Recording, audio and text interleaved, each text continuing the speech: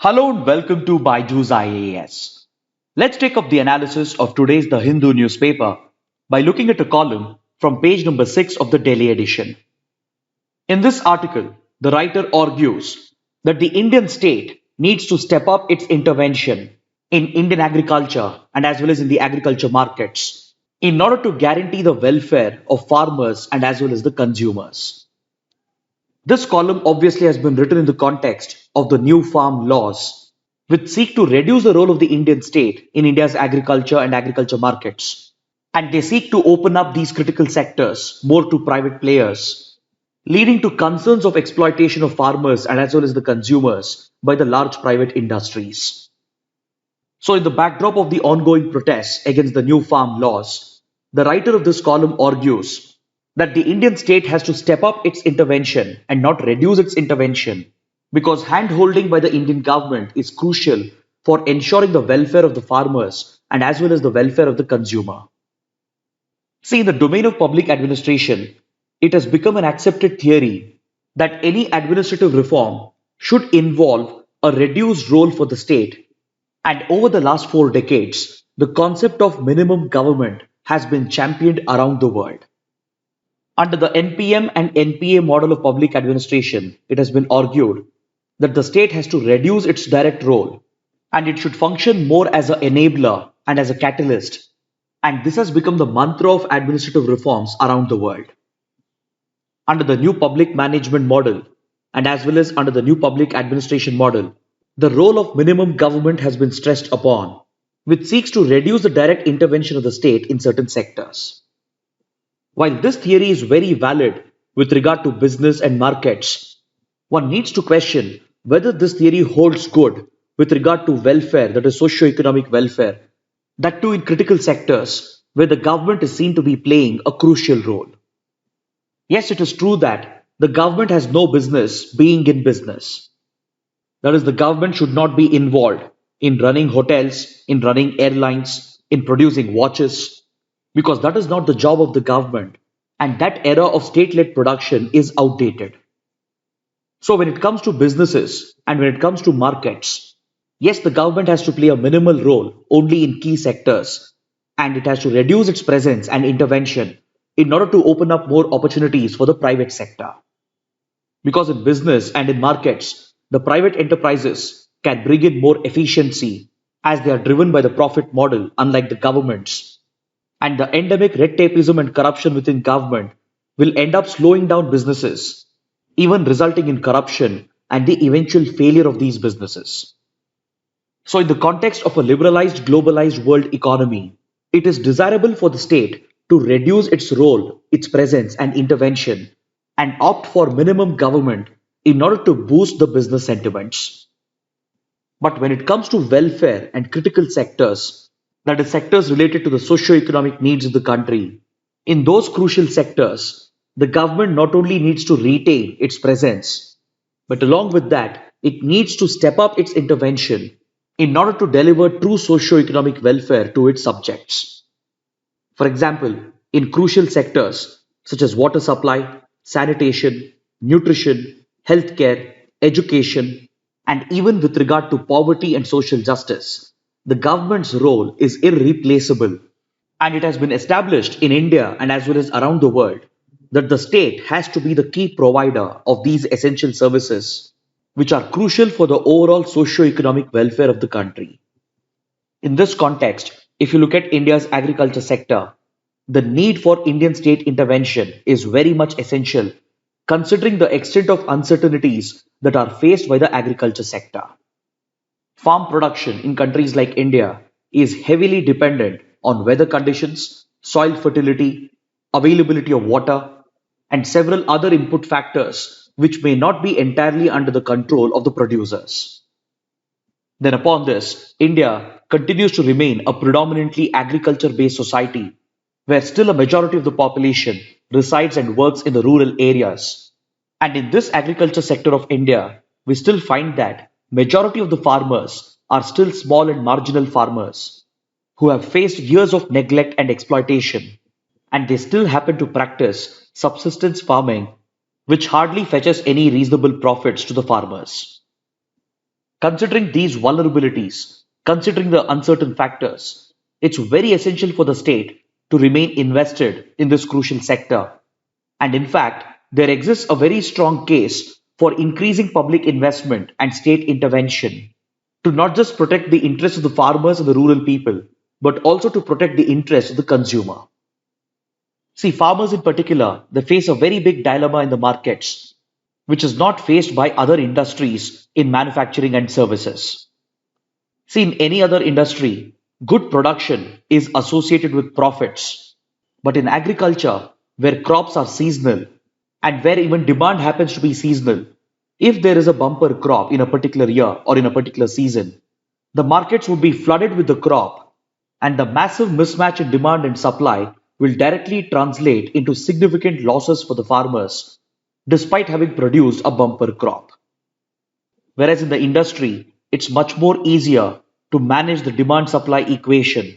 But farmers don't have the advantage of matching demand with supply because, in case of bumper crops, they are not able to access sufficient warehousing and cold storage facilities where they can store the crops until the market conditions stabilize. Due to the seasonality of agriculture production and due to its dependency on particular weather factors, crops will have to be grown by farmers at the same period and they are even harvested simultaneously across the country. So, in those years which register a bumper crop, the demand supply mismatch ends up creating losses for the farmers. The exact opposite happens during drought conditions, and even then, the farmers would be at the receiving end. Unfortunately, this doesn't even translate to any benefit for the consumer because these volatilities in prices and in the market conditions affects the consumer as well.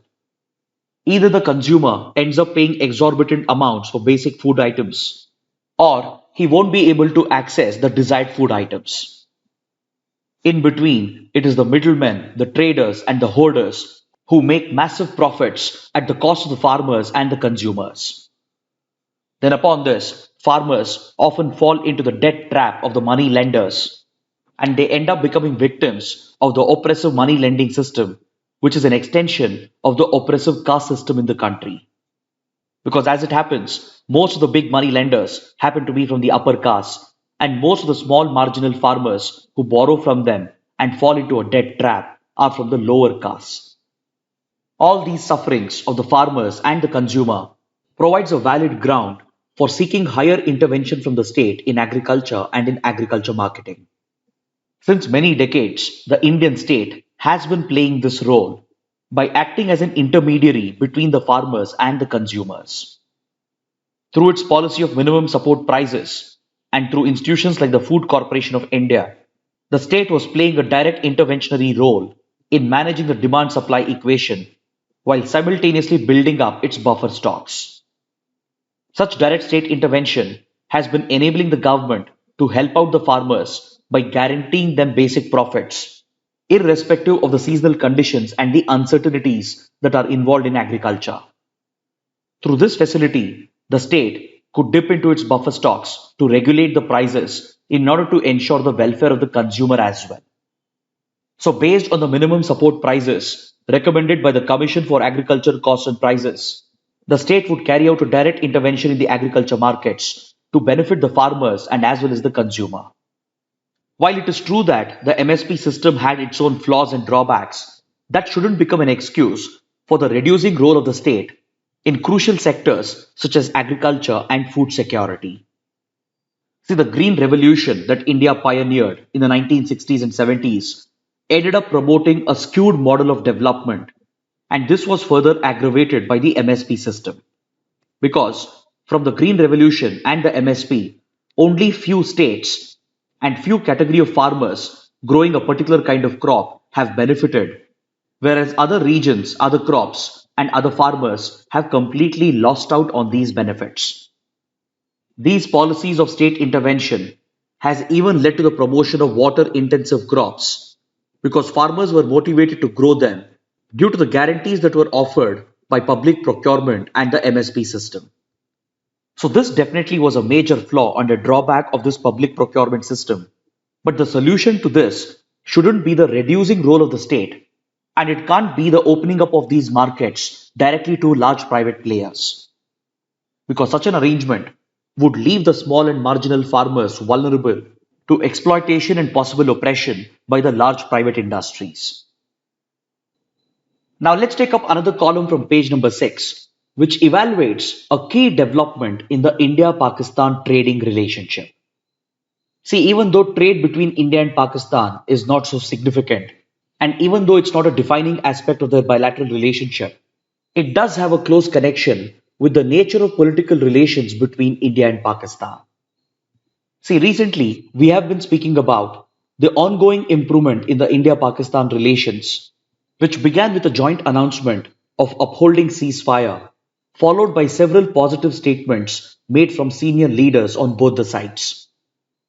Pakistan's Prime Minister Imran Khan and Pakistan's Army Chief General Bajwa, they both went on record stating that there is a need to build peace in the region, and they even called for burying the past and moving forward in the India-Pakistan relationship. So this appeared to mark the beginning of a new era in the India-Pakistan relationship, which has been completely disrupted over the last few years. Following repeated terror attacks between 2016 and 19, India-Pakistan relations have suffered immensely, and tensions between the two countries have remained extremely high because of India's surgical strikes and airstrikes targeted against Pakistan, as the terror attacks that India suffered from were reportedly state-sponsored by Pakistani agencies.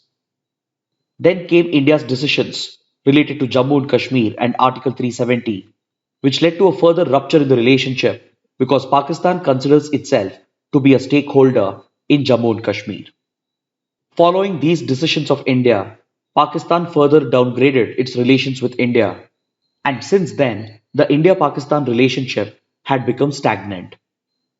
But from February this year, sudden positive developments started taking place, leading to widespread speculation that these improvements were a result of an ongoing back-channel dialogue between the highest levels of the Indian and the Pakistani governments.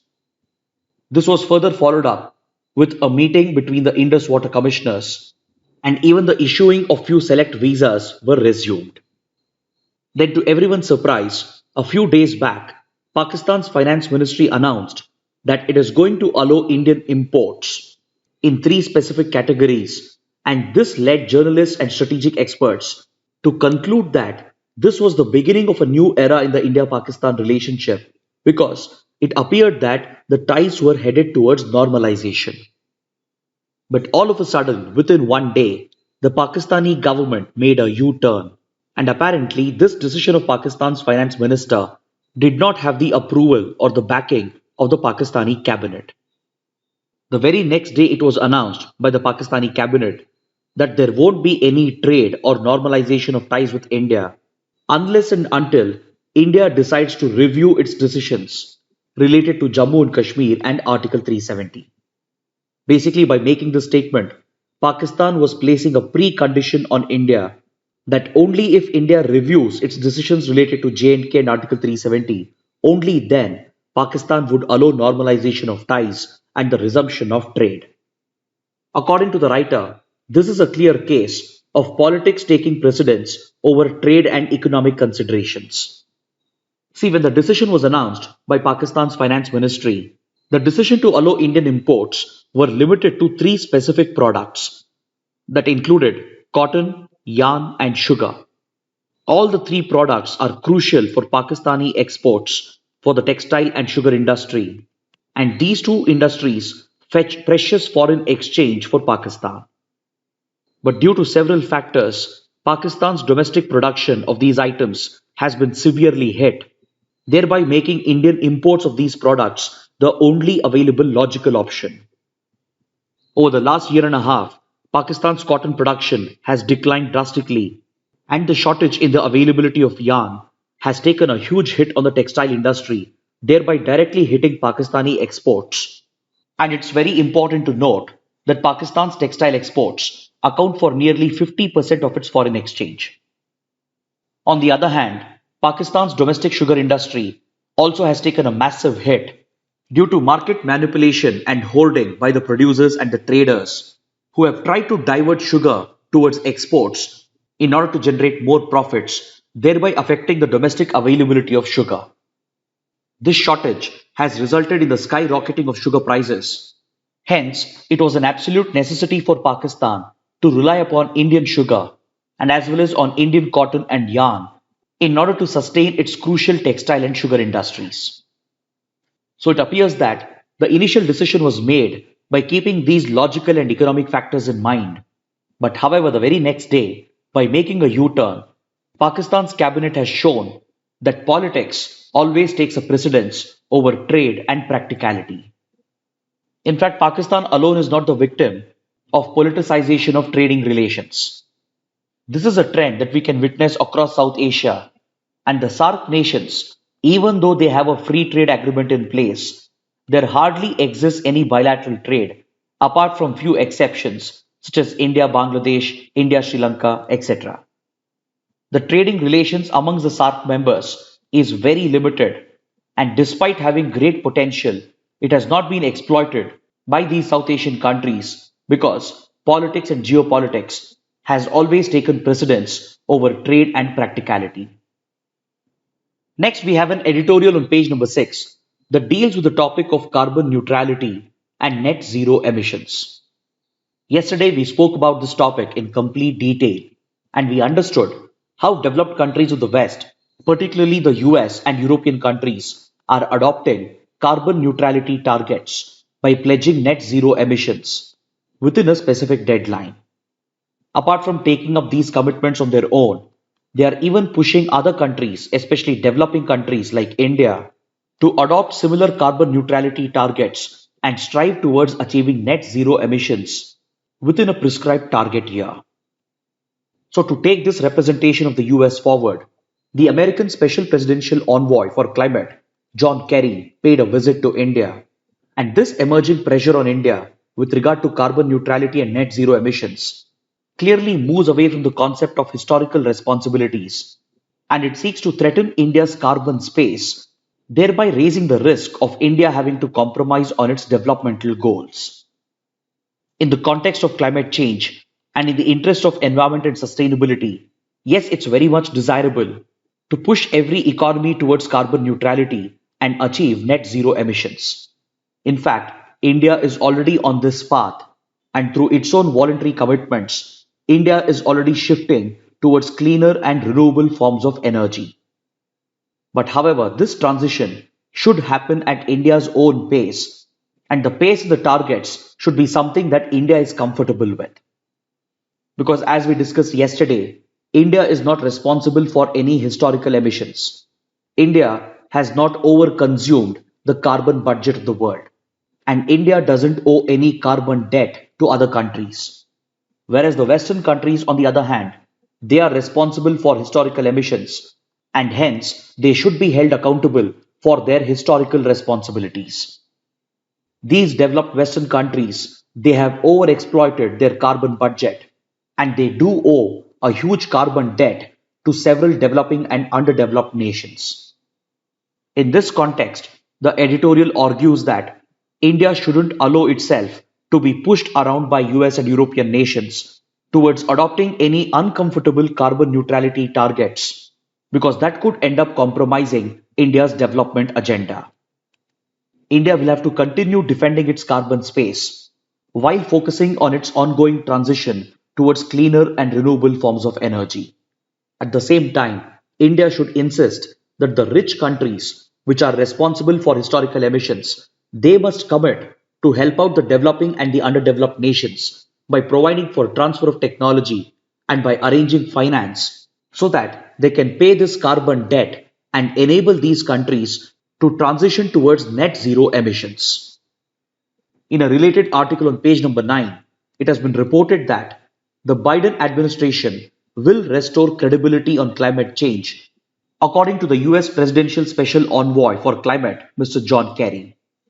The credibility of the United States with regard to its commitments towards climate change took a severe hit under the previous Donald Trump administration because Donald Trump not only labeled climate change as a conspiracy theory and he not only ignored scientific facts about climate change, but he went to the extent of unilaterally withdrawing the US from the Paris Agreement of the Climate Change Convention. These unscientific and unilateral decisions of the US had affected its credibility with regard to climate change, but now the Biden administration has promised to restore this lost credibility. Accordingly, the US has promised to fulfill its earlier commitment towards developing countries by upholding its promise of $3 billion donation to the Green Climate Fund. While India and US do share a close working relationship with regard to climate change and environment protection, India is getting worried of late about the push of the Western countries towards carbon neutrality and net zero emissions. Like I said, this is a very desirable objective for any country, and especially for a country like India, which has shown firm commitment towards climate action. These goals are definitely desirable goals. India is already making progress towards these goals. But India's progress is happening at a pace that it is comfortable with. But now the pressure that is coming in from the Western countries has left India worried. And as witnessed during this meeting between John Kerry and Prime Minister Modi, the United States has pushed India to bring forward the commitments for carbon emission cuts from the earlier deadline of 2050 to the next decade itself. Next, on page number 13, we have an article that refers to the ongoing tensions in the South China Sea between China and Philippines. A few days ago, we had discussed about this emerging conflict when it was reported that around 200 Chinese fishing vessels were found anchored at a disputed location known as the Whitsun Reef, which is a part of the Spratly group of islands of South China Sea, which happens to be disputed between China and several Southeast Asian countries, including Philippines. Following the detection of these Chinese vessels, Philippines had claimed that China was violating its exclusive economic zone, and it was in direct breach of the provisions of the United Nations Convention on the Law of the Sea. Since then, diplomatic and military tensions between China and Philippines have started to grow in and around the Spratly Islands of the South China Sea. With regard to this ongoing dispute, Philippines has said that it is keeping all the options open to deter China from making any aggressive maritime claims in order to defend its exclusive economic zone. Then Philippines has also stated that it is going to leverage its global ties with major powers such as the United States to exert diplomatic and military pressure on China to step back from this dispute that has emerged at the Whitsun Reef.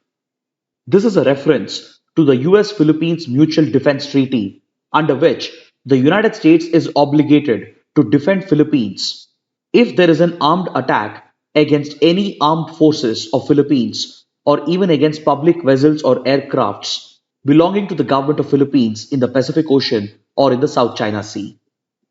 This is a direct reference being made by Philippines with regard to the defense ties that it enjoys with the US, and it helps us understand the security and diplomatic dynamics that are involved in the disputed South China Sea. Now let's look at the mains practice questions. The first question: the distinct characteristics of India's agriculture require that a reformed state must ensure farmer and consumer welfare. Examine the statement. The second question: explain Pakistan's recent flip-flop on trade with India. Kindly write an answer to these questions and post your answers in the comment section below. This concludes our discussion for today. Thanks for watching.